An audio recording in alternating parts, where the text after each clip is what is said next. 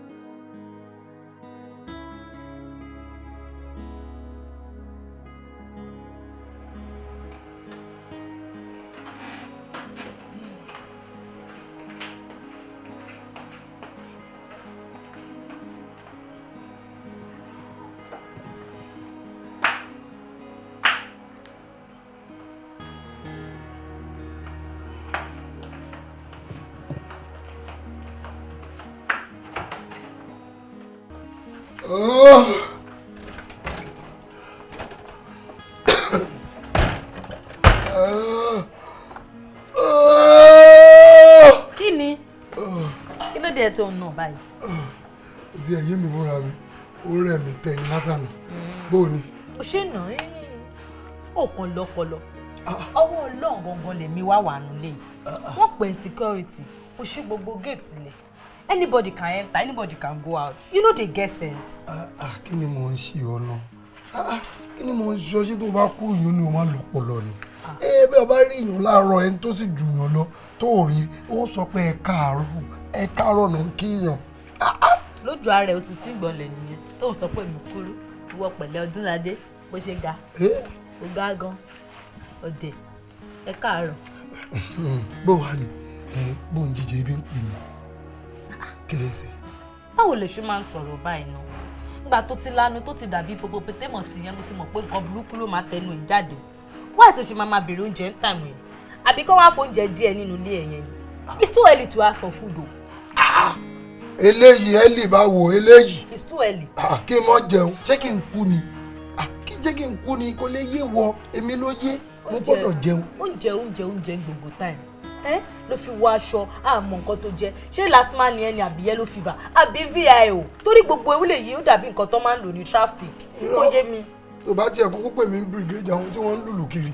ó jà àwọn yẹn náà wọ́n kì í wọlé. wọ́n tiẹ̀ ń wọ ṣé ń gbọ́ ibi ó ṣe wá ríran rárá báyìí ó ti jẹ́ pé ojú inú ló kọ̀ ní òní títà ṣé wò ó rí pé n tí mo wọ̀ yìí n tó ń pè ní danger rè danger ló ń rí yìí. Danger. Bẹ́ẹ̀ ni sọ́ra wà security tá a bá ti múra báyìí ẹ bẹ̀rù wọn o. Bẹ́ẹ̀ ni mo wí fún wọn sórí tí n bá wà lẹ́nu ọ̀nà mo lè ṣí géètì lẹ̀ tí ìbá jẹ́ pé bóyá àwọn ọ̀gọ́ kọ̀ bínú mo lè ṣí géètì lẹ̀ káwọn èèyàn mọ̀ wọlé kọ́ mọ̀ bọ́ta ó lè wọlé. Pẹ̀lú ilé tó wọ̀. Bó lè kọ́ máa wọlé tí máa ṣe báyìí tí máa dàyà kọ́ tí mo ṣe báyìí sí tó rí danger báyìí tí ẹ tanu. Ìwọ ní nǹkan burúkú lọ́kàn kó o bọ́ta kó o wá wọlé padà kí n ṣe báyìí sí ọ tí ẹ tanu. Lóde. Oògùn pọ̀. Ẹ̀rín ẹ̀ wá jọ pé òun sunkún. Tó ń sunkún ni àbó rẹ́rìn. Sójọ bẹ́ẹ̀ ni. Anyway, sọ gbogbo ẹ̀ náà o mọṣẹ́ tó gbà gẹ́gẹ́ bí security. Who is a security man? Who is a security person? Talk now. Èmi ló ń béèrè ọ̀rọ̀ lọ́wọ́ rẹ̀. Àwọn fẹ́ tẹ́ o. Lémi. Security. Ìwà àṣìṣe mi kan. Iṣẹ́ tí ń ṣe yìí ní ilé mọ̀. Who is a security person? A security? Security man? You mean security? Talk now. Who is a security person? Yes. A security man is the man that stay gate, stay there, then anybody comes, ṣílẹ̀kùn, wọlé, tilẹ̀kùn, bọ́ta, they will stay there and the security man will stay forever. Gbogbo àwọn ọ̀rọ̀ tó sọ ló yẹ kó tẹ̀rí. Ó fọ́. Ṣé ṣú èrè ni má ni wọ́n mi jàre? Mo rò pé ó fọ́ fún èbò ni. No get sense at all. If you record wetin you talk na come play am for voice note dey hear with the rubbish wey you dey talk. Ó fọ́ ni jọ ìwọ náà máa fọ̀rọ̀ bù mọ́lẹ̀. Kí ni cook? What is cook? Cook. Cook. Cook. Is someone who go market, you buy everything house need, bring am come kitchen, you forward. Kò bá wà fọwọ́. You put everything, fire, gbua. Gbua. You cook everything, you bring am serve you.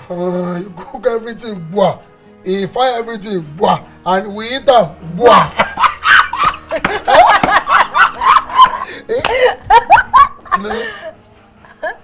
I dey follow you laugh. Okay.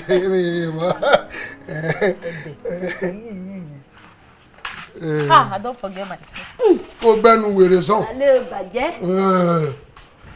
Ìdí rẹ̀ iná ni mo pa ní. Èmi náà ní í sí wúùkù kan mi lọ́jọ́ kan. Kò sí tó a lè ṣe. Ìfọ̀lẹ̀ tún kọ̀ wù lọ́jọ́ kan. Bó wà ni mo ti fẹ́ jẹun báyìí o.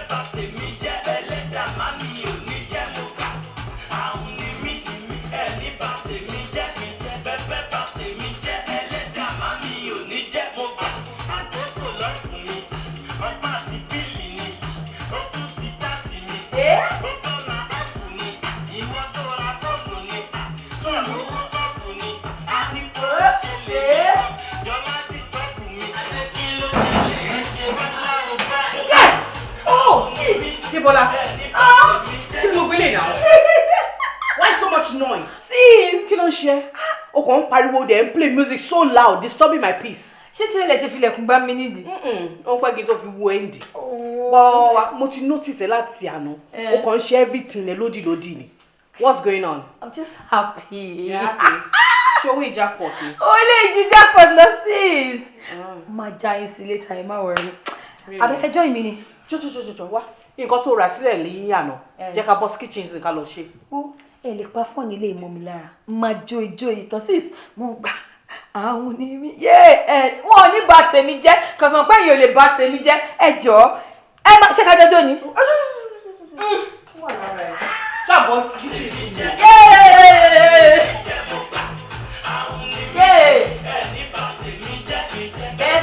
Sis!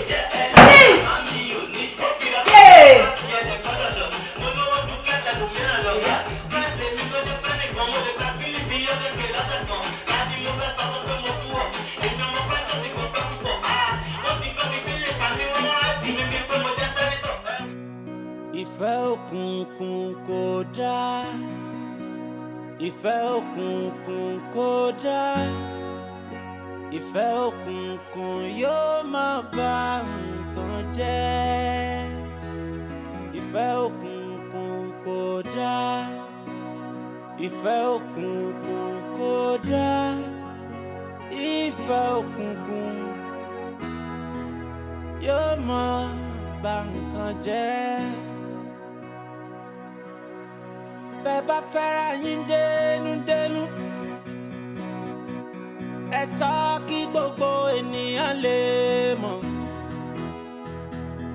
Bẹ́ bá lè fira yín yọ̀gàn, ẹ má fọwọ́ bò nǹkan kan.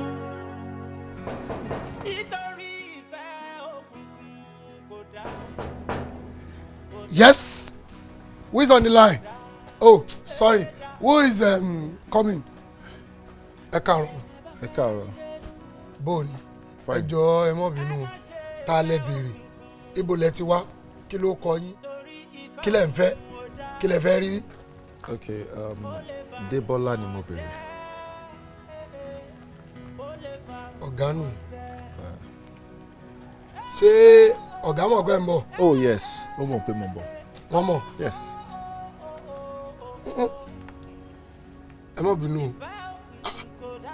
Ṣé kò sí? Kí ló dé ẹjọ́ Burna Boy? Àbẹ́yìn ni Burna Boy ni? Oh no, mi ò ń ṣe Burna Boy. Ẹ̀yin kọ́? No, no. Mo rò pé ẹ̀yin Burna Boy tó sọ pé yéyéyéyé o yéyéyéyéyé. Ẹ̀yin kọ́? Bóyá kí ẹ bá mi confirm. Débọ́lá ni mo béèrè. Ẹ má bínú. Mo rò pé ẹ̀yin ni. Really? Ṣé o lè tó èyí? Sami, ó ju báyìí lọ o. Ó túmọ̀ sí pé àlejò tó ń expect wà very very important. Very very important. Really? Ọ̀rẹ́ mi dáadáa ni. Ó dẹ̀ ti máa ń ní mi lára gbogbo gbà ló máa ń sọ fún mi, mo fẹ́ wá kí ẹ nílé o, mo fẹ́ wá kí ẹ nílé o. Mo ìdẹ̀lẹ̀ ní kó má wà. Àbí? Excuse me, ma. Yes, Pius. Èmi ni. Ẹnìkan wà lẹ́nu ọ̀nà tí wọ́n ń béèrè yín ni. Ẹ má bínú ìrántí béèrè, ẹ má bínú. Ẹ má bínú ẹ dúró. Ẹ gbọ́ kí ló kọ yín. Oh, Desmond ló kọ mi. Desmond Elliot? Desmond Hennessy. Oh, Desmond Hennessy. Okay, good. Ẹ wo ọ̀gá. Wọ́n ní Desmond Hennessy. Oh, really? Oh. Mo máa bá ẹ sìn. Mo ń bọ̀, 1 minute please. He's here. Huh? He. Wo, sister mi, ẹ bá mi máa mójútó kí ni ẹ bá mi ṣe dáadáa, ẹ má yẹ kí yóò já o. Ẹ jẹ́ kí sáré wá kọ́ mi. A kú àlejò. Ẹ ṣe wá ń ṣe bẹ́ẹ̀ tó mú mi báyìí. Màtí mo kura mi Desmond tẹ́ ẹ̀ sọ Desmond Elliot. Ṣé mo pe Elliot fún yín? Ẹ má bínú. Mo sọ Desmond Hennessy, ẹ̀yin náà sọ Hennessy. Ẹ má bínú ìdíṣẹ́ mi mo wà o. Ìpẹ̀lẹ́. Gbogbo tó bá ti yẹ kó ló Ìpẹ̀lẹ́ ṣé ń wọ́n ti ní ṣe. kẹ́ ṣí gate? Ẹ farabalẹ̀. Bẹ́ẹ̀ farabalẹ̀ yìí ní sígẹ̀tì fún yín o. Ẹ dúró ní òrùn bí ni o. Ó dá ẹ má bínú. Gbogbo tó bá tí yàn bá bí tí síkọ́rìtì bá bí yẹn yìí náà dá lóhùn. Àwọn wíjọ ẹlẹ́mìí mú mi. Ẹ mọ̀ gbọ́dọ̀ tẹ sọ sí mi dùn mí. Nítorí pé mo wà lórí ìpè pẹ̀lú ọ̀gá ni. Ẹlẹ́mìí mú mi. Ẹ má bínú. Ẹ mọ̀ káwọn tó bá gọ̀lù mú mi. Mo ti bẹ̀yìn, mo ti ní kẹ́ má bínú. Àbí gbàtẹ́ dé mo pera mi gọ̀lùgọ̀ fún yín. Lẹ́fi ní mo mú mi. Kódà kémi náà wá fi bu ara mi. Ẹ ti fẹ́ ẹ má bínú, mo ti bẹ̀yìn. Bóyá kẹ́ ṣílẹ̀kùn kí n wọlé. Ṣebí kò tó sọ fún ilé fóònù yẹn. Ẹ má bínú. Ọ̀gá ni ẹ wọlé. Ẹ wọlé. Ẹ ṣé. Bẹ́ẹ̀ náà ti ń rìn mú fura lọ́wọ́.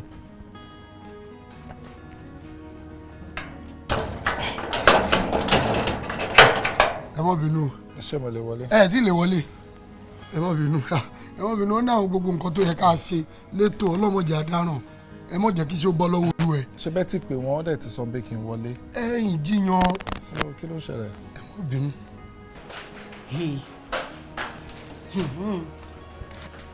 Good morning, ma. Tí mi ò bá good morning ńkọ́. Bolo tí mo látàárọ̀. Mo ń tún compound yẹn ṣe ni. Yes, ma. Ṣé o ti clean living room? O dẹ̀ ti clean yàrá mi. I don clean everywhere. Okay. Yes, ma. Bá ń gbé pineapple yẹn wá. Oh, okay.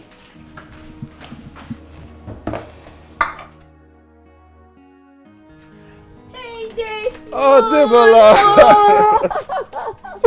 Oh, so good to see you. Same here. What's up? I'm good. She will find it difficult to locate. Oh, no. Uba look baby. I'm so happy. Well, that's where I saw you run. Let's go. I got me only wait láti rí ẹ.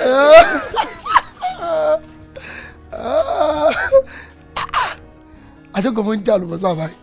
Mo dáràn.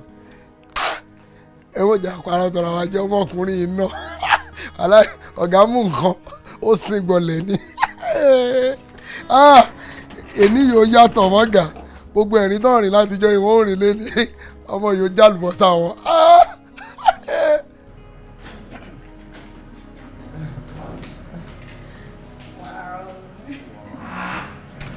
Thank you. So, this is my beautiful home. Wow. This is the way to our bedroom. That's the way to the kitchen. Okay. The dining just there. And it's obvious you know where this is. This is our living room. Yeah, it's fine. So feel free, stay. So feel free, okay? Let me get my sister. All right, it's fine. Your house is beautiful. Thank you, feel free, okay? It's fine. 1 minute, darling. Hey, sister!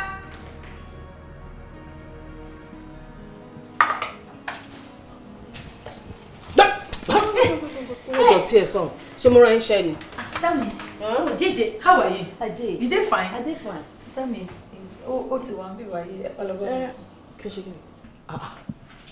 Debola. Yes, he is. Ṣé bá lè jọ ẹni? Èwo ni pé kí n wá lọ kí. Let him make himself at home and feel comfortable. He is mo kò fẹ́ kẹ́ wá bá mi ṣàpọ́nlé ẹni because mo ti sọ fún pé ń bọ̀.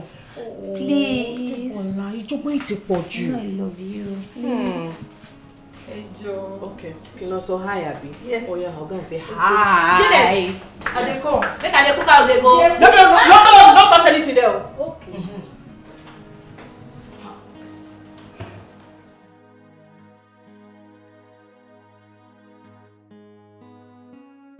Yes, sister.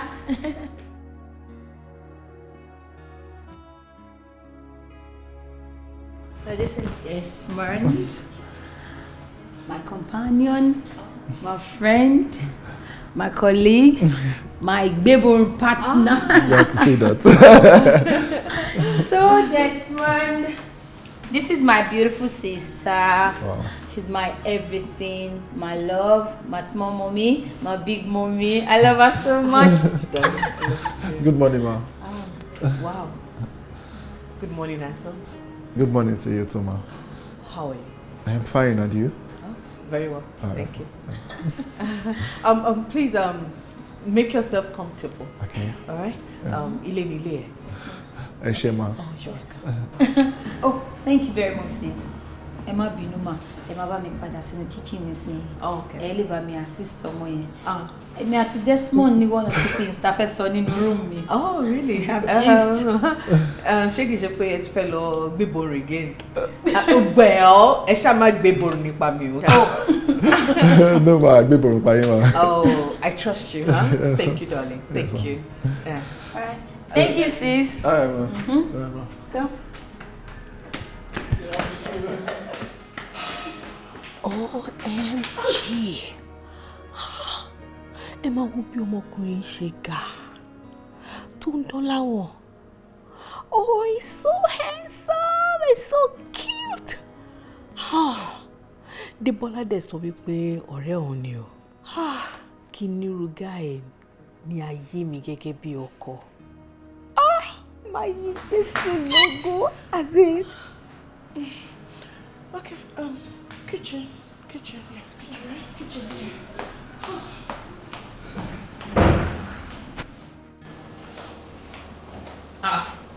Janet. Auntie? Ṣé o wà okay ṣá? Kí ló jókòó sílẹ̀ lẹ̀? Problem tí máa ní pẹ̀lú gbogbo Yorùbá lédè yìí. Auntie, you say make I no cook, make I no touch, make I no wash. I come still sit down, you still dey find out as problem. Kí lẹ fẹ́ kí n ṣe gangan? Mo ti wá rí pé nǹkan ń ṣe ẹ́. My friend, stand up, jàre. Dìde.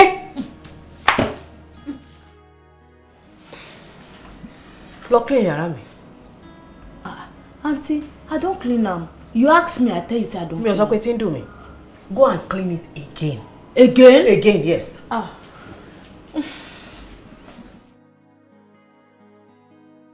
Ìwọ gan ni problem.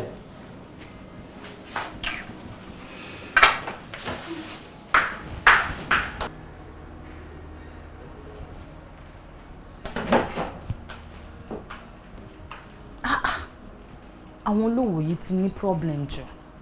I tell her say I don't clean everywhere. She say go and do am again. Wetin I wan do? Everywhere don neat. Which kind stress be this one? Make her do am again abi. No wahala na. Màá tún gbogbo ẹ̀ ṣe.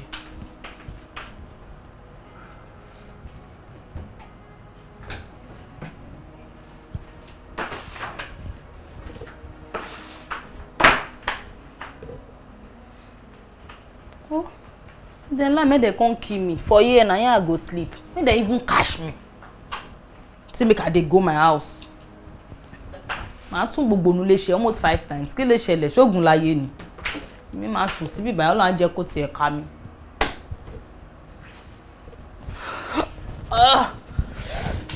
See this.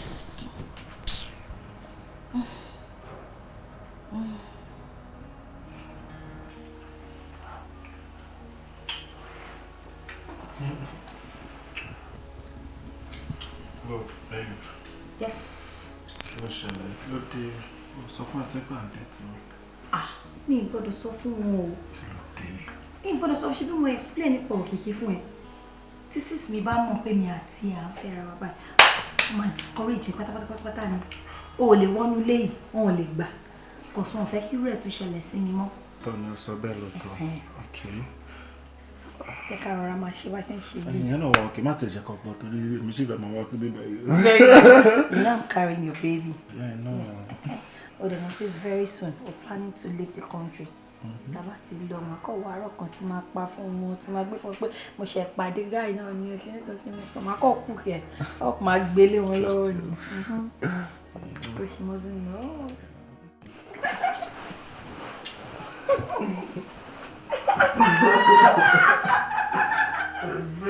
Oh, Desmond. Just sis, morning restroom. Yes, sis. Sorry, mo sorry lọ. Mo lọ tọ̀ ní sorry sis. Ṣé wọ́n fi ṣẹlẹ̀? Lè dé ọmọ ọlọ́mọ mọ́nu yàrá látàárọ̀. Ó tiẹ̀ jẹ́ kátẹ́gùn fẹ́ sí rárá. Ṣé o mọ̀ pé ọmọ á tọ́jú àlejò ẹ ni? I'm just no. Demon, it's fine. I'm fine. Really? Yeah. Desmond, you sure you're fine? Yes. Ó tẹ̀ mọ́ pé o máa fún àlejò ẹ lóúnjẹ ni. Good, my fan just and we're almost rounding up. Koto di pe kolekun. Yes. I'm just Lord. Yes. Have you not hungry? It's not, are you? Not yet. But if you see food, you will eat. As the first time to my wali wa sha jẹun. Ó yá títí kó bá mi in kitchen. Ṣùgbọ́n Bo yẹn ló máa ṣe oúnjẹ lọ jàre má bá yín sìn. Má bá yín sis. Pẹ̀lú kó máa bọ̀. Mo ti gbọ́. Wàhálà.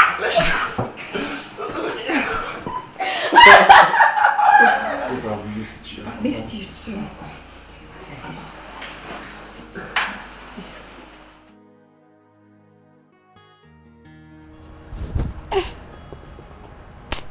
E no good. So I don arrange every. Make I do this one again. I never see work for Tom office. See am.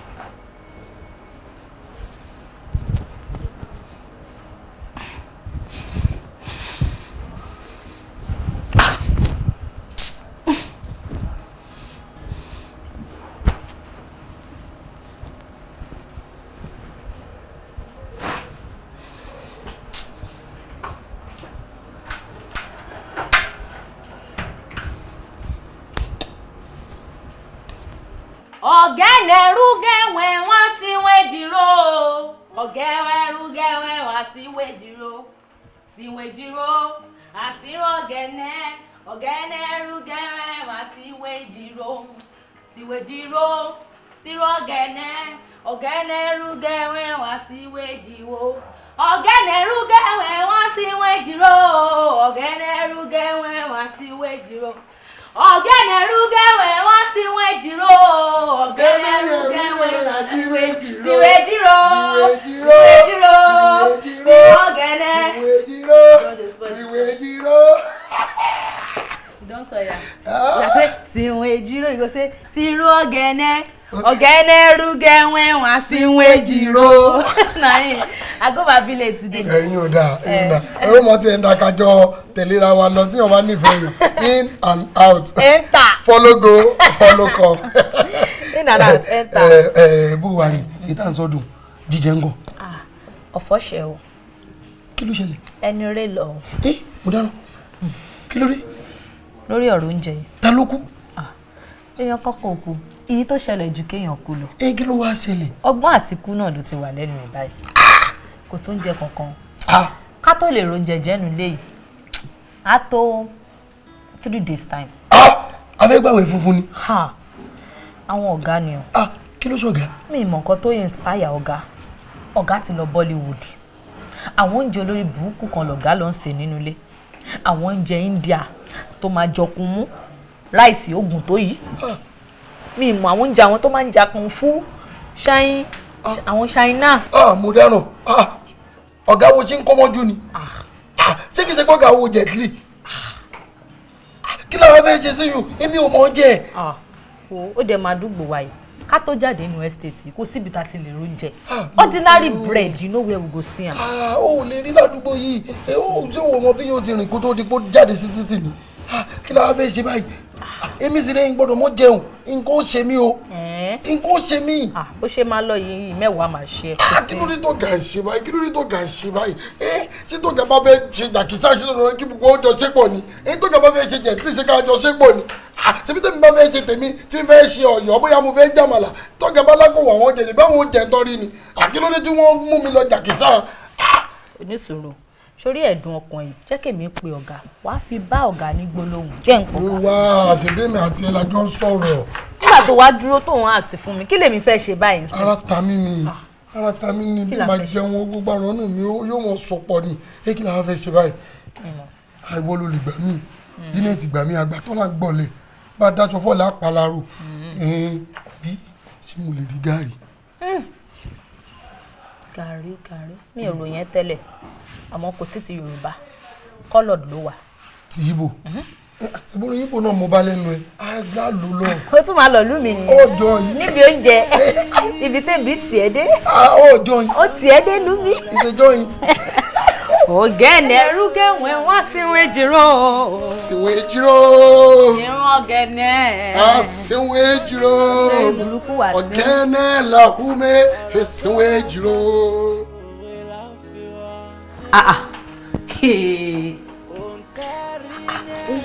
Sister mi tí mo rò pé wà nínú kitchen pẹ̀lú Janet so ibi ilẹ̀ jókòó sí. jọ̀ọ́ ta ló lálejò ta ló fẹ́ kú sí kitchen. You're so funny. Oh my God. Báwo ni ọ̀rẹ́ ẹ ṣó wà okay ṣá. It's fine ó wà nílé. Oh very well that's good. Jọ̀ọ́ Débọ́lá I need you to tell me ṣé ọ̀rẹ́ lásán ni wà á ti ẹ̀ ṣá. Abi, who is it to you? Desmond? Yes, Desmond. I don't get. It's just my friend. Just your friend? It's just a friend. He's a very good friend of mine. Ó dẹ̀ wọlé òun lọ sínú yàrá ẹ̀. No, má interpret ẹ̀ báwo Yorùbá ṣe máa interpret ọ̀rẹ́ mi ṣe mo ṣàṣọ fẹ́ pọ̀ ọ̀rẹ́ mi ni you understand? No, is he your lover? Oh my God. Oh. Lover no. No. It's just a friend. Mo ti sọ fún yín nígbà tá wọlé. You guys are just friends? But that guy is cute. He's tall. Èmi ò rí gbogbo àwọn qualities yẹn in him. Oh, really? Yes, mo mọ̀ pé ó tall, ó cute, ó ṣe wọn, but it's just my friend. Ṣé mo pa àwọn èèyàn mi, ó máa ń believe pé téèyàn bá ti fine, tó ṣe kinní kan, bóyá nǹkan kan máa wà. Na. Ọ̀rẹ́ mi lásán ni. Ọ̀rẹ́ mi ni. He's not your lover. You guys are not dating. Okay. How many times do I need to repeat myself? We are not dating. Okay, we are not lovers. I'm just trying to protect you, you know. Thank you. And you've been doing so, I know. Bustami. Oh. What? Love at this way. I hope it's not what I'm thinking of. What's this guy? What's his name? I know you're talking about Okiki. No. No. Like, calm down. Láti gbà tó ti ṣe nonsense tó ṣe yẹn. No. Ẹ mọ̀ pé mo ti sọ fún yín pé láti gbà pé mi ò fẹ́ ní nǹkan kan ṣe pẹ̀lú anybody. I know. Just calm down, please. You know why I'm saying calm down. Calm down, please. I know. Okay? I know. Ẹ dẹ̀ mọ̀ pé mo ti ní visa mi lọ́wọ́. I know. In less than 6 months, mo ti kúrò nínú ìlú yìí. I don't think I want to have anything doing pẹ̀lú àwọn Nigerians. Not even èèyàn dúdú. I know. Boy, I'm going for white. It's okay. I want to only understand it. Just calm down, right? Calm down.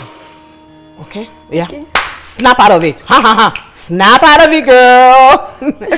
Okay, now you're going to march downstairs. Okay. While you're joining Janet in the kitchen.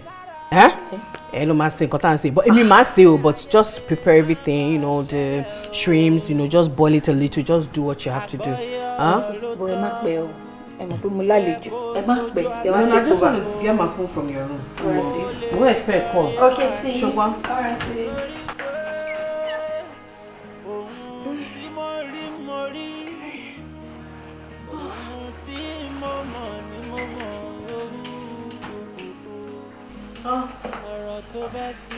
This one? Huh?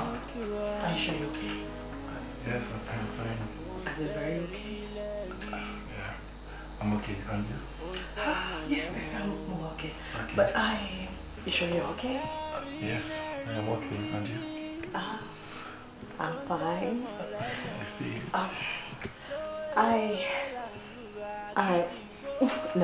I forgot my phone here.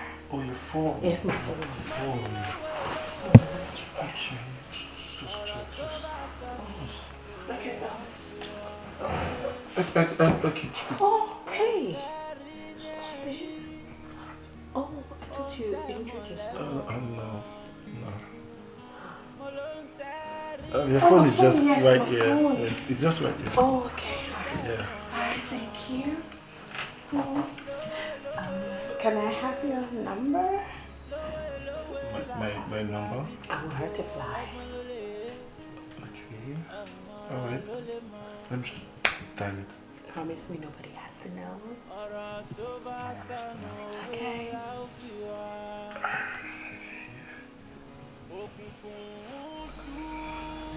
Go. Thank you. Lips what? Sealed. Right. What's this?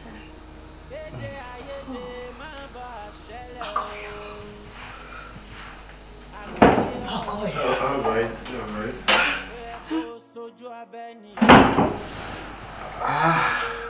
It's not you, mommy. Papa, mommy. In this month. Ma.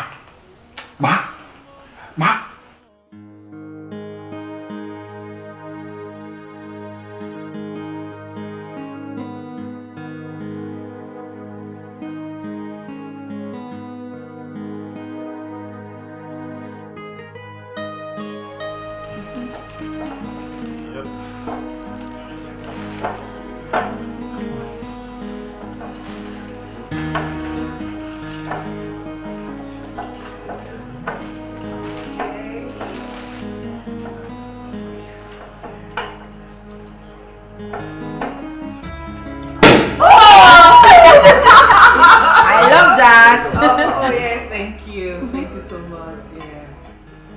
No. Thank you, darling. Thank you, handsome. Then yours.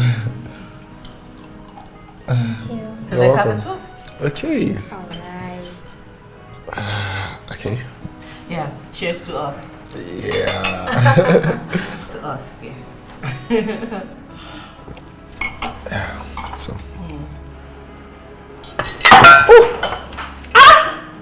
I'm so sorry. What's wrong with you? What do you need to come my bamboshi. No, it wasn't intentional. I'm sorry. It's fine. Chauffeur that drinks Silara and buffet domi Silara. Stop it. No. Ah, come on. Table sorry. manners. I'm sorry. It wasn't Don't do intentional. that. I'm sorry. Not being with you. No, it's okay. That's fine. The food is nice. I hope you're enjoying it. Yeah, I am. It's really nice. Wow. Thank you. You're welcome. It's okay. The No, food she is... man's I'm sorry. Desmond darling. Yeah. Jo, ma binu pe oúnjẹ pẹ́ o. No, not at all. All right. Hope you're fine. Yes, I am. Oh yes, it's fine. It is fine. Enjoy your meal, Ansa. Thank you. You're welcome, darling. It's done. Yes, baby girl. Emma Pino. Mo fẹ́ wá sure pé everything wà okay because àtìgbà tí Desmond ti wọlé ẹ̀wọ̀n ẹ̀kan ṣe handsome. So I'm getting uncomfortable.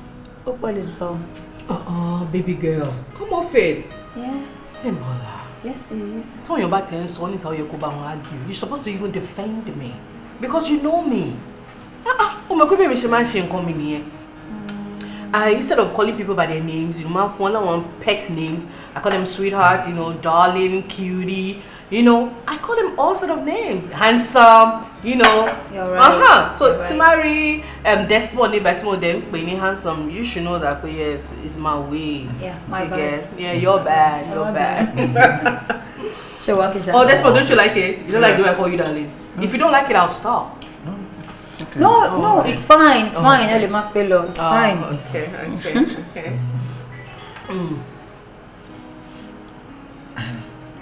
Wọ́n jẹ́ pé mo bó ṣe máa ń tọ́jú àlejò bó ṣe máa ń ṣèkẹ́ àlejò tí mo dẹ̀ ń ràn ẹ́ lọ́wọ́ you should even thank me for it because ṣó fẹ́ kí Desmond ní báyìí kó lọ síta ni kó máa sọ fún wọn tiẹ̀ pé ní family wa o àmọ́ bó ṣe máa ń tọ́jú àlejò àmọ́ bó ṣe máa ń ṣèkẹ́ àlejò no I'm not gonna allow that because ní family wa ìwọ nìkan kọ́ ní family àkókò kọ́ ẹ̀kọ́ ẹ̀ òkúkú gbẹ̀kọ́ náà. No, sister, ṣe mi ò ṣèyàn bẹ́ẹ̀ mi ò ṣèyàn bẹ́ẹ̀ at all.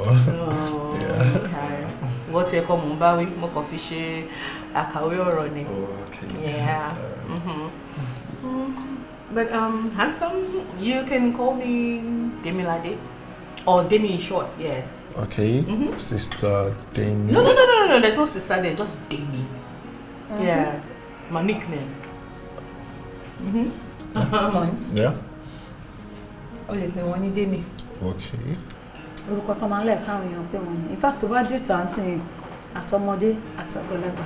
Everybody's Demi here, Demi there, Demi. Ẹni wọ́n máa ń dùn ní tó bá ti ń pè wọ́n Demi. Do you understand? Yeah, I understand. What to get, right? To get Demi. Yes, Demi. You feel me now, right? Oh, yeah. Yes, Demi. Just feel free to call her Demi. Yeah. Okay. She's always happy. Yes, it kind of makes me feel, so young. Demi. Yes, Demi. Thank you. Okay.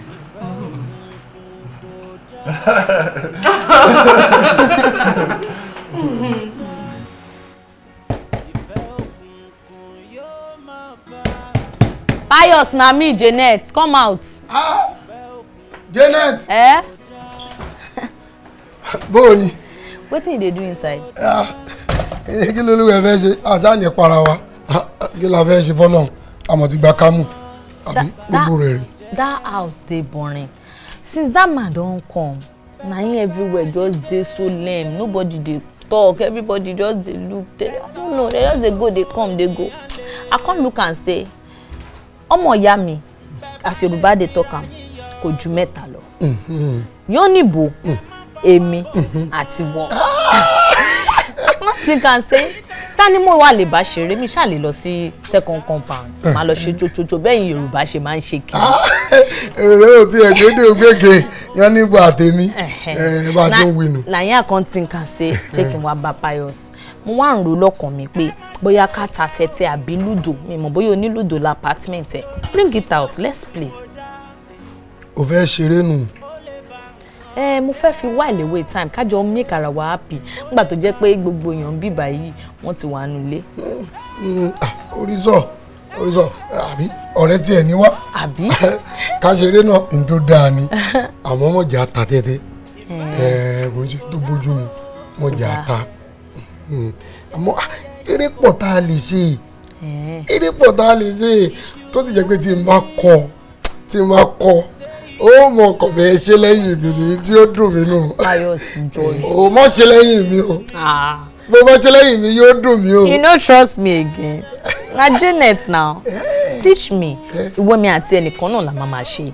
Anytime tó bá ti kọ́ mi tó bá ti ní bó ṣe ń ṣe leléyìí o màá tún wá bẹ́ẹ̀ àṣẹ.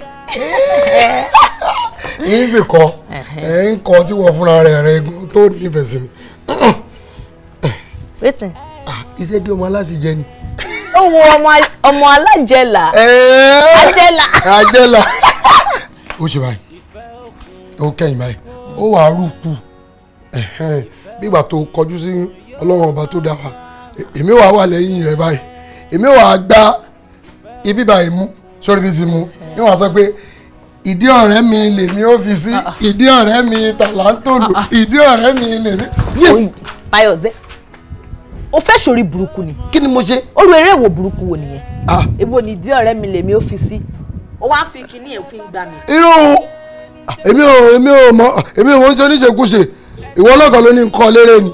Èmi mi sì wò pé irú eré tí ń kọ tí wọ́n fúnra rẹ̀ ó nífẹ̀ẹ́ sí. Ìbọn òun mo kọ wà ní èmi fi èmi ọlọ́mọdérin tí ó mọ̀ mi tí mo fi kíní mi gbọ́ ọlọ́mọdérin rọ́ọ̀sì wo tó bá jẹ́ pé o fẹ́ gbádùn rere tó sọ yìí ẹ̀ka wọlé kí o wá bọ́ ṣòkòtò rẹ bí ọba tí wọ́n bọ́ ṣòkòtò rẹ tán ó bẹ̀ mí nítorí mi ò ní bọ́ ṣòkòtò mi ìní bọ̀ ó bẹ̀ mí pé kí n bọ́ ìní bọ̀ ẹ̀yìn wà wọ́n ṣe ìdí ọ̀rẹ́ mi lèmi ó fi sí ìdí ọ̀rẹ́ mi tàlà ń tòlù tòlù ń tàlà tòlù.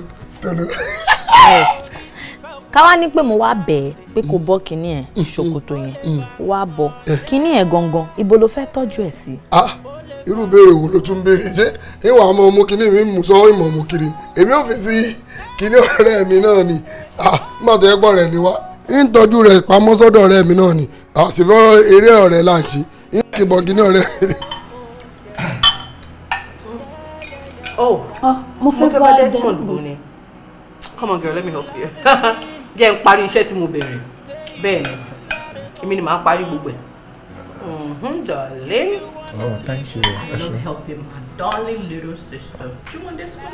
It's nice. Oh, you can take it. It's all yours. Thank you. Thank you so much. Darling. Do you want more? No, it's fine. Thank you. You sure you don't like more? Thank you. Stanley. Yes, baby. Hope all is well. How do you mean? Closure. I'm sorry. Hope everything is alright. How do you mean? What's happening here? What's going to change you? Happening how? What's happening? Finish. Wọ́n kò dákẹ́ máa fi ibi só lórí ẹ̀ o. Mo rí wípé àlejò ẹ pé sọ̀sẹ̀ tán mo dẹ̀ fẹ́ bá bò. Ṣé wọ́n mọ̀ kó yẹ kó ti bá bò ti pẹ́ ni? As àlejò, he might not want to be forward. Now, ó lè máa tijú pé okay, being his first time here, kó má sọ pé okay, alájẹjù lòun, you understand? But tí o máa jẹ oúnjẹ tó dùn, you might just want more. So, You're right. mo rẹ̀ lọ́wọ́ ni. Alright. Say thank you. I'm saying it. I can't hear it. Say it. Okay, sis. I have some food in my mouth. Thank you. Right? Yeah, thank you. Thank you. Thank you. Don't you want more? I wanted more. More of everything, Yeah. right? Thank you. I know. Ó náà jẹ́ kó gbẹ̀kọ́. Pẹ́pẹ́ fún ó wà important. Oníbàárà lédi yìí ń bó lè ń bọ̀ ó máa ṣe o. Èmi Desmond. Mo ti mọ ẹni tó ń bá fà. Desmond. Yeah? Hope you're fine. Yes, I am Oh, of course fine. it's fine. Yeah, I'm fine. The food is so... Oh yes, it is very, very fine. Ṣé àwọn àjọ àjẹ àdúró oúnjẹ kò lè fine ni? I'm even fine. The food is so tasty. Oh. Thank you so much for the hospitality. You're welcome. Yeah, mo like your memory o. You're welcome, baby. Wàhálà náà ni mo ṣe kiri látàárọ̀ bí ṣe jí mo try láti get gbogbo àwọn kíní ready just to make this. Yes. Nǹkan tó like àti máa ṣe nìyẹn. You know, she likes going to the market, you know, all like at Manowo. You understand? But Emi, Demilade, ni mo se oúnjẹ. Wow. Easy. No. Ṣé mo parọ́ ni? Mo ràn ẹ́ lọ́wọ́ ni, ṣé mo parọ́? You did the cooking. Oh yes, darling. Trust me, you're a good cook. Oh, thank Food you. is so tasty. Oh, thank you. There's nothing I can't cook. Oh. African dishes, continental, just like Itanje. Wow. Even more. Maba, I say. Debola will suffer me. Oh, really? Yeah. Oh, possibly can sorrow the bed. You understand? If you don't mind, will you go your friend go to law? Google new, Kishe, Ando. Elegunyo. Oh, very kí ló ṣe mi ti lè gúnyán. Ọbẹ̀ wo ló like pẹ̀lú ẹ? Is it ẹ̀gúsí or ẹ̀fọ́ rírò àbí àbùlà? No, ẹ̀gúsí. Oníkótókítì, no. No, but I like it, ẹ̀gúsí. Oh, really? But Debola will suffer me now. Oníkótókítì, you know. Ó suffer me. Pando ló sọ fún kó máa ń ṣe. Yeah, ó suffer me. Èmi like iyán tó máa ń gún. Tó máa ń gún gbàgbàgbàgbà. I like pounded yam. Oh, really? Should I go pound? No, let's finish this one. Like a jelly, Oh, moyo, mo ṣe ń gúnyán. Aláwàké, yeah, darling. Ṣé moyo gúri? Ó sọ fún mi náà, ó bá ti sọ fún mi. Moyo gúri. Okay, ya pando yàtọ̀ sí, you know, Yeah. Èmi ò tẹ̀ like pando. Oh, you know, to be honest. Ìgbà tó wọ̀ ọ̀rọ̀ nìyẹn. I like pando. So, moyo ń gún. No. Pando ló mọ̀ ṣe. Every time tí ma fẹ́ pound yẹn, ma pè ní come over. Ìjọba pé no sis, when you're done I'll be upstairs. Ẹ ṣáà pè mí kí wá jẹun ni. But me I like it natural. You know, kó bring one kitchen. You know, kó fẹ́ gúnyán fọ́kọ ẹ, or kó fẹ́ gúnyán fún boyfriend, or even ọ̀rẹ́ èèyàn. You know, kó débẹ̀ kó mú odó ẹ̀ báyìí, kó máa gún báyìí kí gbogbo ẹ̀ máa bounce. Adúbẹ̀rẹ̀. And you can just imagine kí ẹ máa pound bẹ́ẹ̀ kí gbogbo ẹ̀ máa pound. Kí ọkọ yẹn dẹ̀ wá wọlé wá. You know, so But bẹ́ẹ̀ máa ṣe pando ẹ̀ máa lọ. Yeah. Kó máa ṣe pando ẹ̀ máa lọ. I think it's even late. It's even late for her to learn now. It is late. You can't learn anymore. Oh, but this for now. So ẹ lè ṣe pounded yam. Yeah. Ṣé kí n lọ sí kitchen sí kí side by side? No. I'll do Maybe it. another time. About my to why again? Oh, okay. Because of the pounded yam. Yeah. Debola, no, not if you condition. Oh, yes. Oh, sọ fún mi. Yeah, ó sọ fún mi. Ẹ máa fi dúdú pé pupa. Okay, sir. Oh, ma send this one. Alright, sir. Later. I'm sorry. Sorry. So, Desmond, tell me more about yourself.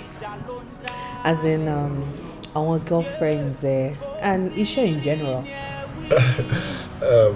Everything was okay, ma. Ẹ jẹ́ sọ top of me. Ṣé tí mo ṣe wáyé? Torí pé mo handsome, mo ga. So ìwọ náà mọ̀ pé as in handsome. As in very, very handsome. Yes, I know. Ọlọ́run ṣe over time ṣe lára. It's not funny, guys. It's very funny. Okay, so tí mo jẹ́ sọ̀rọ̀ yẹn, wọ́n máa fi pé mo ní girlfriends tó pọ̀ and all that, but I am single. Yeah. Oh, this one.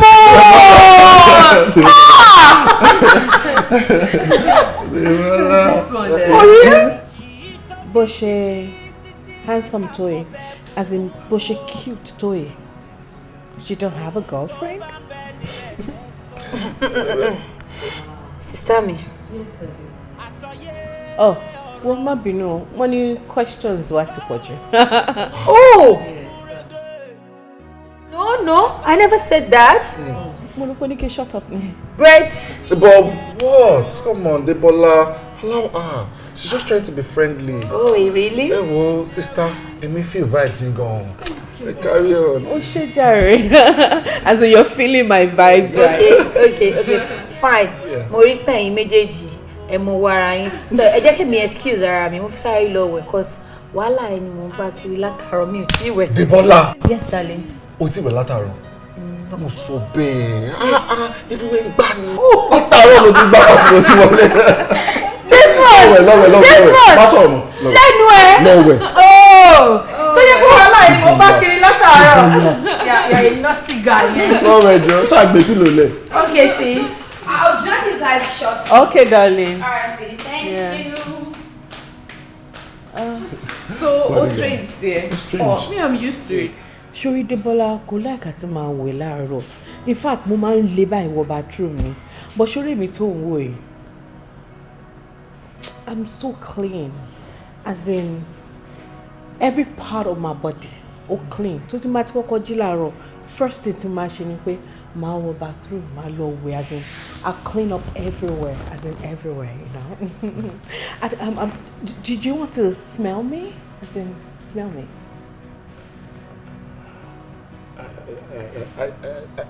I don't mind. Oh, you don't mind? Yeah, I don't. Okay. Smell me. Smell me.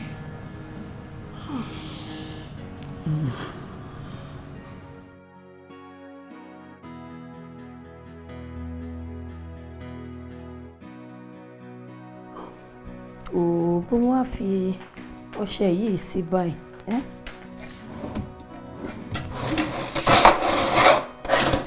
Oh, do I need to go downstairs again? No, I don't think I can. Let me call Desmond. What's up, sister me? Desmond, pick your call, Desmond. Why is he not picking up? Boy, Ben, you want to see now? Could it be network? Desmond.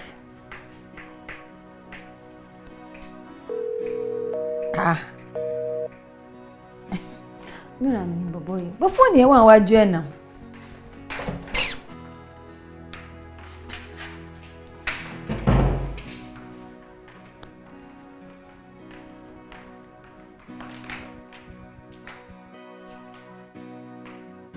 Desmond. Desmond.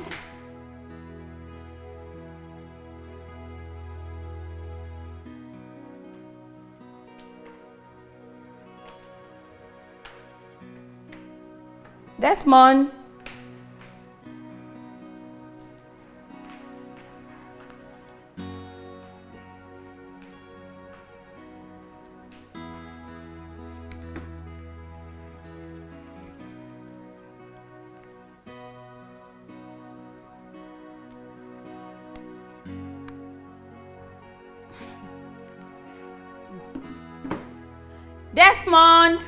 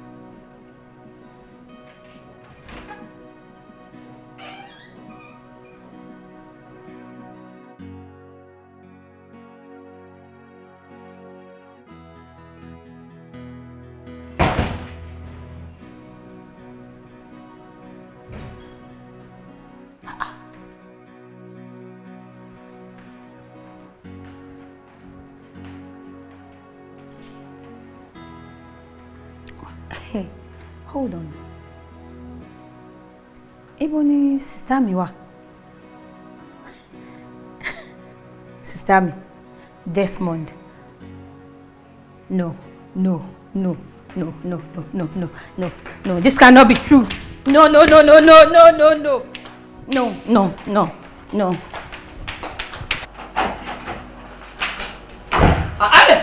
Sister, kí ló ṣe? What to come and jáwọ́ ní àmì tí o kọ? Come back here! What are you looking for? I'm sorry. Ọṣẹ tẹ̀sán pé ẹ bá mi jẹ́ tí ẹ mọ̀ ní. Ṣé torí ọṣẹ lọkọ̀ ilé jáwọ́ létí òkanlẹ̀kùn? Ó dẹ̀ dẹ́rù bà mí. Mo sọ fún yín pé kí ẹ má bínú sister mi. Besides, kò ń ṣe first time tí mo máa jáwọ́ nílé ni ẹ kì í complain. No. This is not the first time tí màá complain. Ó yá ọṣẹ wà nù bathroom mi lọ mú bẹ́ẹ̀. Ẹni kí ẹ má bínú, tẹ́ bá ń bínú tójú yín bá ń lé ẹ máa ń jọ lion. Sorry sis, please, ibo ni Desmond wà?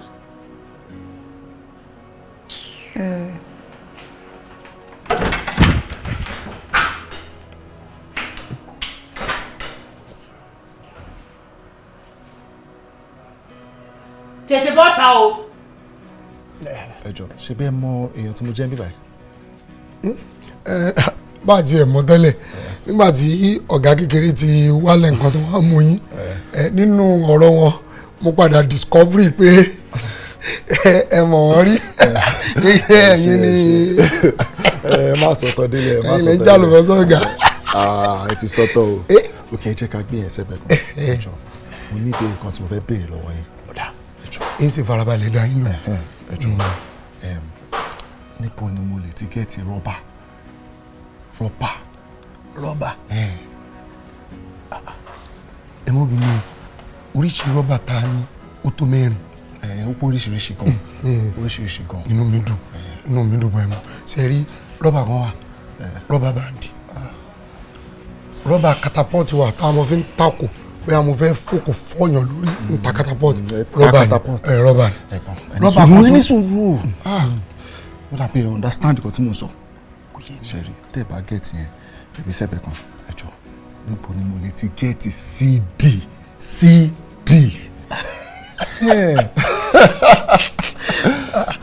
CD lẹ wá fẹ́ bí mi látàrọ tẹ̀ ń ṣe wá lára? Ẹ jẹ́ ẹ jájú. Àwọn lèmi náà. Àwọn lè mọ̀ tẹ́lẹ̀.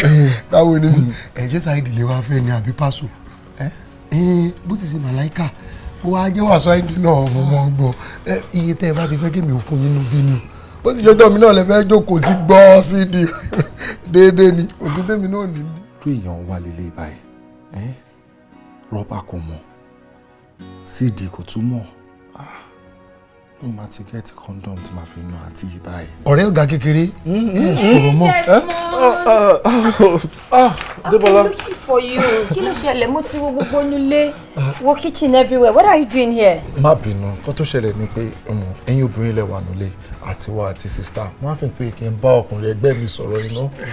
So ọkọ tó fà á nìyẹn ká pọ́n gist ni. Ẹ̀yin àti wọ́n ti ẹ̀ sọ̀rọ̀ àwọn wá Èèyàn dáadáa ṣe yẹn.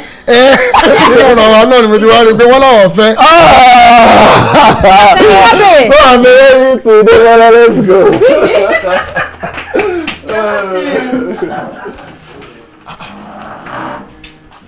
Kí ló tó rọ ọ̀gá ṣe báyìí? Ṣé n tó ń béèrè ṣé kìí ṣe tí gbogbo èèyàn lè gbọ́ ni? Ibẹ̀ béèrè CD ni. Bó sì ni mo ní Paso, mo ní Òṣùpá, mo ní Màláíkà, Wàsáìndé wà mẹ́ kí lè wá fẹ́. Àbí tó bá gbẹ́ ní fún yín CD ni mo ti mọ ohun tí ń fún yín. Wàláì Màláíkà ní fún yín. Ilẹ̀ ń sọ yìí ẹ̀wọ́n gbọ́ ọmọ òṣùwà ti eré gan-an kó tó di babaláyé kẹ́kẹ́kẹ́kẹ́kẹ́. Ẹ̀ẹ̀kan lẹ̀dá ń sọ pé kò dùn òun, but in a situation téèyàn bá ti wá ń pariwo kò dùn mí ẹlẹ́ǹkejì ẹlẹ́ǹkẹta ẹlẹ́ǹkẹrin automatically nǹkan yẹn ti ń dùn èèyàn nìyẹn o. Cause me understand eléyìí tí sister mi bẹ̀rẹ̀ sí ní ṣọ́ Desmond lọ́wọ́ ṣọ́ lẹ́sẹ̀ within the space of how many hours tí guy yẹn fi wọnú ilé wa yìí.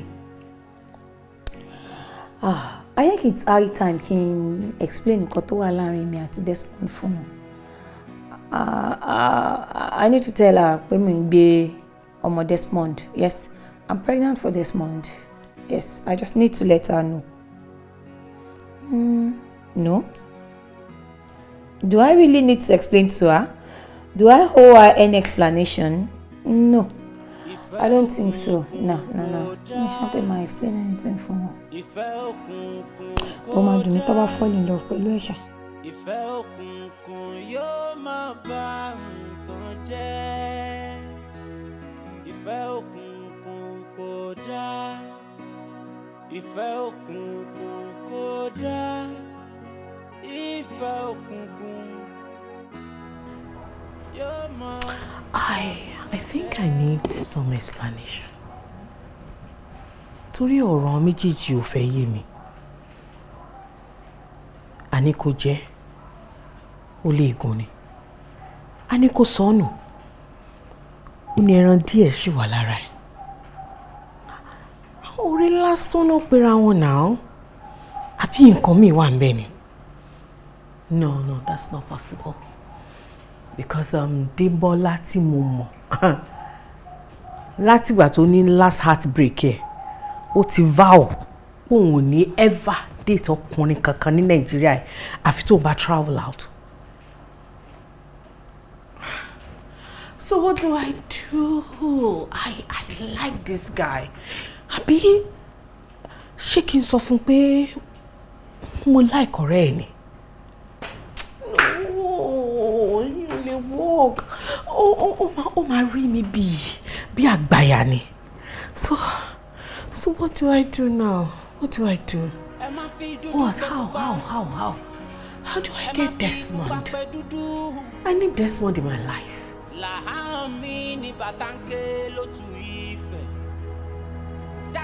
Okay. Yes.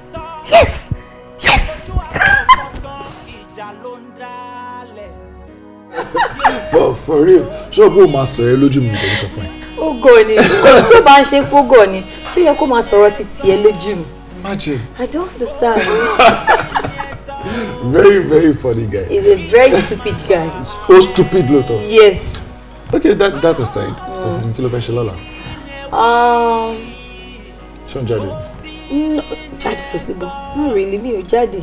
Mi ò jáde. Má tiẹ̀ lọ anywhere. Kò síbi tí mo fẹ́ lọ. Ṣé mo níbi tí mo fẹ́ lọ ni? Má tiẹ̀ lọ anywhere. Jókòó sílé. Ó wà okay fún mi bẹ́ẹ̀ kó jókòó. Okay, I'm just happy. I'm happy that you're around. Mi ní láti máa ṣe wàhálà pé mo ń wá ẹ káàkiri. Comfort zone mi ni mo wà. Àbí gbogbo rẹ̀ kọ́ ló dá páropáro yìí. Ọlọ́run máa ṣàánú mi o. Orí ọ̀gá tó wọlé àárí kó bóde mọ́ kó ló ti ẹ̀rí bí tọrọ owó lọ́wọ́ rẹ̀. Kí ni mo wá fẹ́ jẹ báyìí? Jẹ́rẹ́ títí ní oúnjẹ àwọn jàkísà ni àwọn ọ̀gá sì inú ilé. Ẹ bó wà láti fẹ́ ṣe báyìí? Èmi sì retí màá ti jẹun báyìí ìfun mi ó lọ́pọ̀ ni. Bígbà tí wọ́n ti lọ irin mọ́ ìfun mi. Jẹ̀tlísì rè èmi ò mọ̀ jẹ́. Kí ni mo wá fẹ́ ṣe báyìí Ọlọ́run o? Ǹjẹ́ ìní lọ báwọn ọ̀gá fúnra mi pé kí n jẹ́ bẹ́ẹ̀ báyìí? Bí n bá jẹ jàkíyá bẹ́ẹ̀ tó bá yíwọ́ ìbáwọn ọ̀gá náà fojú rí páwọn làwọn fún mi ní nǹkan tó yíwọ́ tí ò mọ́ mi lára. Torí fún mi ló ti ń lọ́pọ̀ yìí ọlọ́mọdé adarùn àpolúwẹ̀ bá ṣubú rẹ̀ tó kú ńkọ́. Wọ́n ò ní kí ló dé tí wọ́n náà wí pé bí ń pa ọ́. Ń lọ bá wọn ni àbí kí ni mo fẹ́ ṣe? Dẹ́nẹ́tì ta fọkàn tán pé yóò wo oúnjẹ fún wa gàrí ló lóun ó gbé wa gàrí ọ̀hún sì rè ó ní gàrí yíbò ni gàrí yíbò ò sì ṣe é mu lẹ́yìn kíyàn fi tẹ̀bà ṣé tí n bá wá tẹ̀bà tán níbo lolúwẹ̀ fẹ́ wọ́ bẹ̀ lọ ìsì ṣe irú ilé táwa ń gbé tó yẹ pé ń ti pa àwọn èèyàn lẹ́gbẹ̀ẹ́ lẹ́gbẹ̀ẹ́ bá ń bọ̀ bẹ̀ kí ni mo wá fẹ́ ṣe báyìí Ọlọ́run o. ó ti ní lójú jó lè lọ ohun tó tọ́ ló tọ́ ohun tí ó dá ó dá lọ́jọ́ ọjọ́ sí ilé ayé ń gún régé àwọn ọmọ kékeré ń hùwà tó tọ́ àwọn àgbàlagbà wọn kì í ṣohun tí ó dá ṣùgbọ́n láyé ìsẹ́yìn ọ̀làjú tó dé la ṣe fẹ́ mọ́ fojú egbò tẹ́lẹ̀ aṣọ lẹ́wàrà báwo lọmọ ẹran ṣe dé gbá yín àǹtí ó yẹ kẹ́ ẹ tijú oúnjẹ tí ń bẹ fún àbúrò yín òun lẹ fẹ́ jẹ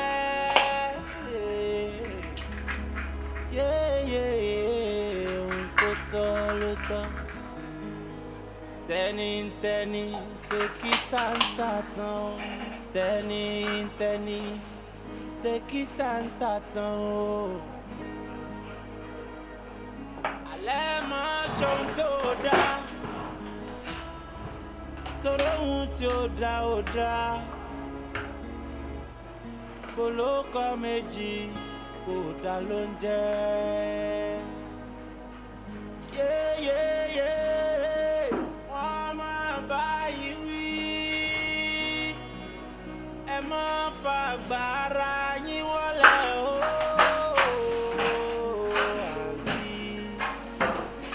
mo sọ pé màá wà bọ̀ believe. Mi believe o, mo rò pé ó ṣeré ni. Mo ṣe máa ṣeré. Mo fi ẹ ṣeré tí wọ́n sọ pé màá ṣe nǹkan mo máa ṣe. Desmond, you need some refreshments. Sister. Yes, baby. Thank you. Thank you so much. And this is for me. Thank you so much. No, but Erin pé àwa méjì làwa bíbá kẹ́ tó join wa tá fi di mẹ́ta. So mo surprise pé glass méjì péré lẹ kó wá. Debola. Ṣé mo jíṣu afẹ́ mi? Kí ló ń ṣe ẹ́ náà? Ṣé bó ṣe máa ń ṣe àpọ́nlé àlejò lélẹ̀ ni? Ìwọ àti ẹ jókòó sí ibẹ̀ láti àárọ̀. Ẹ kàn ń rojọ́ ni láti gbà tá ti jẹun tán. Ó ti ẹ̀ bèrè náà pé ṣé kò tiẹ̀ serve ní something. Mo entertain ẹ. You're not entertain. Ẹjọ́ ló fi entertain ẹ and that's not right. Kò dá kóbìnrin máa rojọ́ jù náà. Ó yẹ kó ti fún ní nǹkan kó máa mu, you know, some refreshment.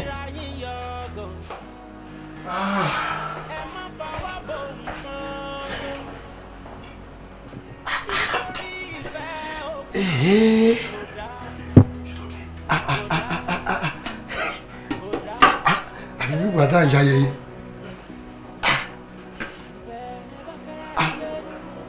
Èyí ló dàbí àgbàdo yìí.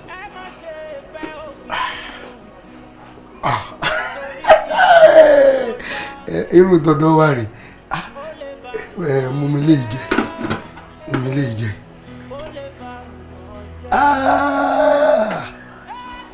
Ẹ̀dùn ẹ̀rẹ̀ o.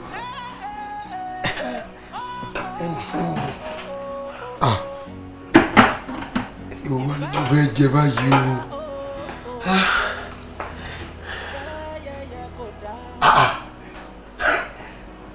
Wọ́n tún mú ẹlẹ́rìndòdò kù ni.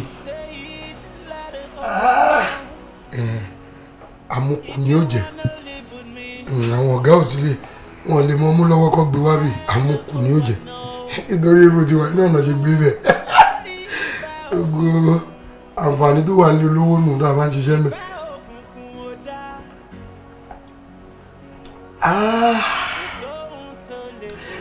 Mo jẹ́ ń tọ́ yìí ilé ìfilé olówó lẹ̀ kí mo ṣiṣẹ́ mi ilé olówó náà ní tuntun ṣiṣẹ́ bó jẹ́ ọ̀dọ̀ àwọn tálíkà ṣólú ẹlẹ́rìí mi lè mú wọn ti mú tán.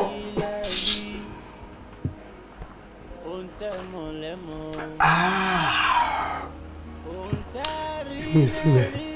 Abi Desmond, right? Yes.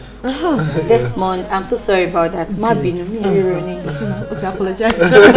So if you want your own drink, mo ti buy serve. Ó wà ní kitchen lórí fridge, okay? So go get it. Ẹ má bínú. So kí n lọ mú ti tèmi. Wá. Ṣé màá serve àlejò ẹ̀ máa tún serve ẹ̀ ni? Iṣẹ́ ni mò ń ṣe yìí now. This is none of my business, you know. Nice o sis. Mi ò nice with very nice rárá. I'm not appreciating this. Nice. I'm coming, Daddy. All right, babes. Thank you. You don't mention at all. Don't mention. So how are you? Open up board, you know. She's trying. Gbogbo tá à ń jẹ́ nílé olówó náà nù tá a fi lè fi lẹ̀. Pius. Madam.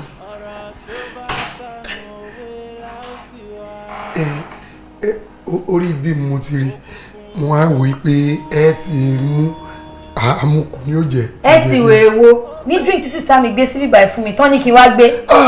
Ṣé ó dáa kí n fẹjọ́ ẹ̀sùn wọn kí n pè wọ́n kó ṣe wèrè fún ẹ. Èmi fẹjọ́ mi sùn ẹjọ́. Ẹlẹ́tẹ̀ẹ́dẹ́ ni tẹ ẹjọ́ rẹ ní ẹbú dúdú. Rìfílẹ̀ fún mi jọ. Ẹ ṣé. Tètè o. Ẹ wò ó ẹ mọ́ bínú ìmọ̀ pé ọ̀dọ̀ yín ni o wọ́n jẹ́ kó lúwẹ̀ ó ṣe nǹkan mu ni. Olè ọlọ́fun ejò kọ́tán ògbélé lórí. Tí ó ti dá báyìí. It's okay. O ní láti máa jí drínkì ṣé o mọ̀ pàgbàlagbà ara ẹ̀ ní ẹni besides ìkejì ẹ̀ ń kọ́. Ọlọ́run ti ẹ̀ mọ ibi tó lọ yóò wá ń ta. Ṣàlọ́ pé oúnjẹ nìyí ń bí báyìí ẹ jẹun bó ṣe wù yín má tọwọ́ bọ pọ́ọ̀tù pé kó wá fún ẹ ní oúnjẹ ṣe ti gbọ́ kó lọ ní ìjọba mi sílẹ̀kùn yẹn. Eléyìí tó kù nǹkan. ẹ lò. Ẹ ṣe wà dùn ẹ ṣe o ẹ ṣe ṣe rí ṣe. ara ń tá a mọ́ ń sọnù. Ṣó dẹ̀ tí mi. Mo ti gbé bọ̀. Jorinze.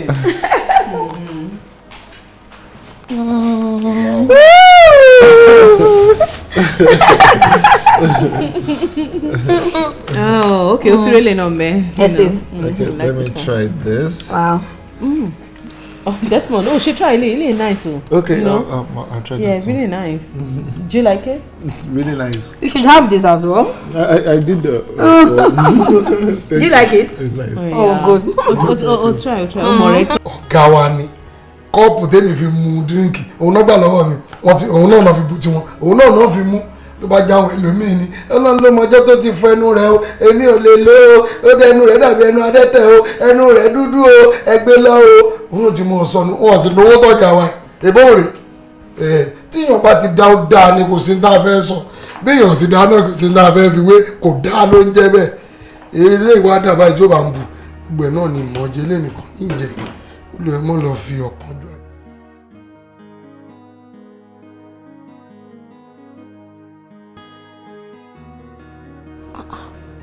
What is going on here? Ó yẹ kí drug yẹn ti máa ṣiṣẹ́ lára ẹ̀ náà. At least 5 minutes active ni. Àbí èyí tí mo fi sí òtó ni. Òun ló ranjú sílẹ̀ yìí. Ó yẹ kó máa sùn jàre. Tètè sùn. Kí n tiẹ̀ lè ráyè ṣe tèmi pẹ̀lú handsome Desmond. Oh. So now, this one. Sam, okay. I'm fine. Very fine, yeah. You want Coach one or okay? Yeah, I'm good. Hope you're fine. I'm good. You're fine, but we'll always be fine. Thank you. Ọ̀rọ̀ sister mi ò máa wáyé mi mọ́ báyìí. Àbí kí ni gbogbo rádaràda tó wá ń ṣe báyìí? Ó ti wá di pé wọ́n ti ń ṣe fine girl, fine boy, cute guy. Gbogbo rádaràda tí sister mi ṣe yìí, no, kì í ṣẹ̀gbọ́n mi lélẹ́yìí. Ṣé kì í ṣe pé mò ń gbéná sórí òrùlé sùn báyìí? Cause bí sister mi ṣe wà yẹn, òun mú boyfriend wálé rí. Débi tó fẹ́ láwọn mú lover wálé. I think it's high time kí n sọ nǹkan tó wà láàrin mi àti Gáyé fún sister mi. Sister mi. Desmond. Yeah? Football time wo ṣe live ni àbí recorded? No, live me. What shall I play? Yeah, wọ́n kọ live. Sister mi. Yes, there. Ó ní ọ̀rọ̀ tí mo fẹ́ ṣàlàyé fún yín. Okay. Kí ló ṣe tó yan látàárọ̀? You want to sleep? Nǹkan tó wà láàrin èmi àti Desmond.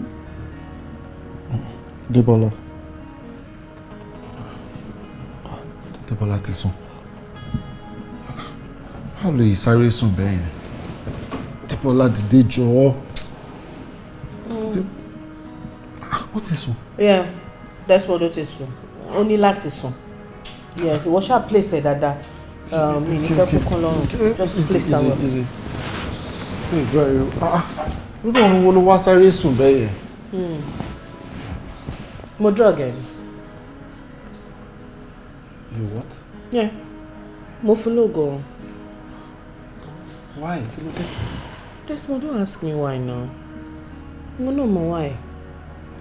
It won't disturb her látàárọ̀ ni. She's just been talking. Ẹni ò tiẹ̀ ní pause kò ní stop. Won't disturb ní wà lára. Ọ̀tọ̀ ni bọ̀. Ọkàn ló kàn rú mi lójú. Ní pé àjọ wa nù lé ní ẹ̀ jáde ẹ̀ ṣe anything. Tí mo lè ti rí báwo lè irúgbìn ọ̀run. Yeah. Má stress ara ẹ̀. Ṣé ibo ṣe sùn rẹ̀?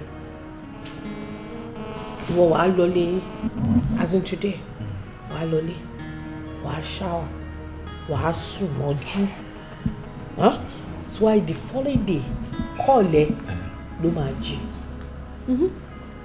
Bí tó ṣe wáyé ó máa sùn di ọ̀la ni. Ó máa sùn dọ́là.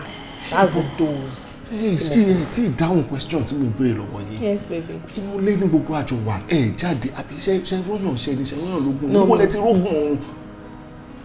Mo lóògùn ẹ̀ ń lé, èmi gan máa ń lò. So kì í ṣe nǹkan tó léwu rárá. The only thing tó máa jẹ́ kí n ṣe ni pé ó máa jẹ́ kí n lè sùn dáadáa as in I will sleep like a baby. Torí èmi ní problem pé mo máa ń bórun jà ni mi kì í lè sùn. So tí n bá dẹ̀ ti lo oògùn oorun yẹn màá sùn for 2 days mi ò ní step out of my compound. Àǹtí ìyá wèrè gan-an gidi. Ìyá wèrè gidi gan-an ni. So fi sílẹ̀ jẹ́ kó máa hàn rẹ̀ lọ. She'll be fine. At least orí pé ilé wa ó wà peaceful báyìí. Just you and I. Wow. But I need to ask you a question. Okay, go ahead. Ṣé kò sí nǹkankan láàrin ìwọ àti àbúrò mi? Because kó tó sùn, ó lóun fẹ́ sọ nǹkan fún mi nípa ìwọ àti ẹ̀. But òun gbà á lọ́wọ́ ẹ̀. Èmi àti àbúrò yín. Yes. Kò sí nǹkankan láàrin wa bí ó fẹ́ sọ nǹkan pa bí iṣẹ́ fún yín kò sí nǹkankan láàrin wa bí màá tẹ́jọ́ ń ṣiṣẹ́ papọ̀ ni.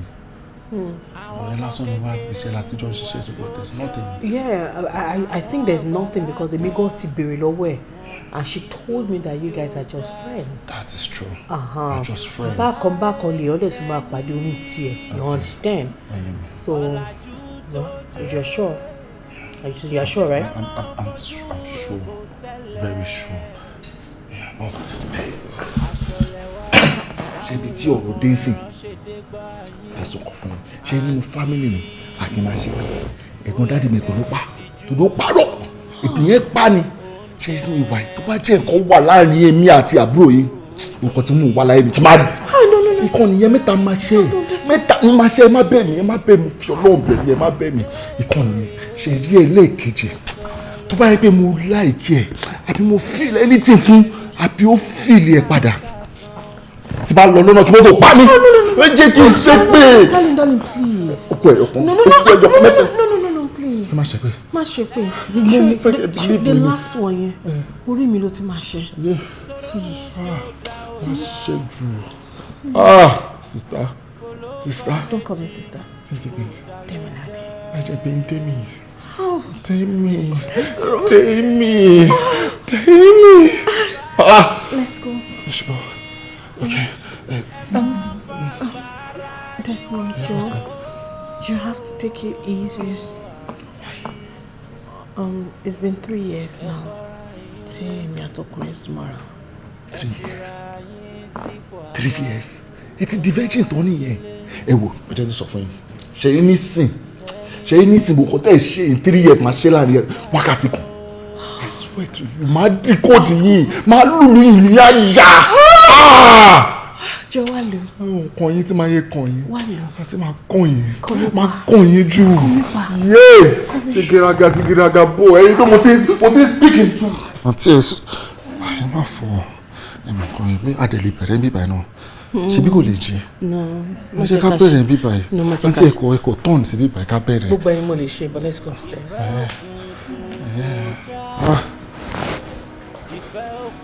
Àti ẹ̀bí àti gbé yín. Ó ti gbé yín. It's a wrap.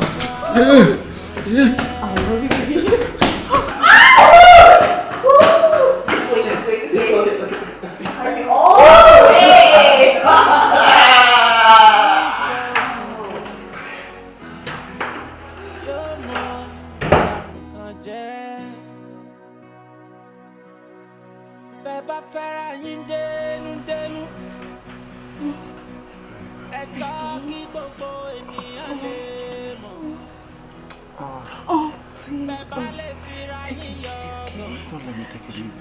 Please do. 3 years ago, don't forget. Don't you? You won't miss it.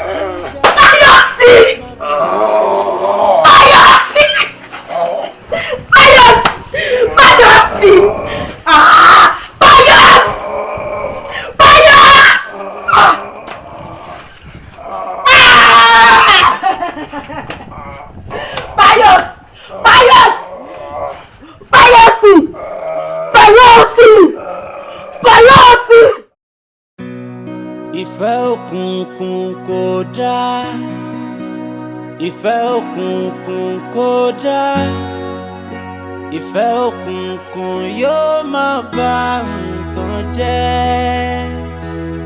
Ìfẹ́ òkùnkùn kò dáa, ìfẹ́ òkùnkùn kò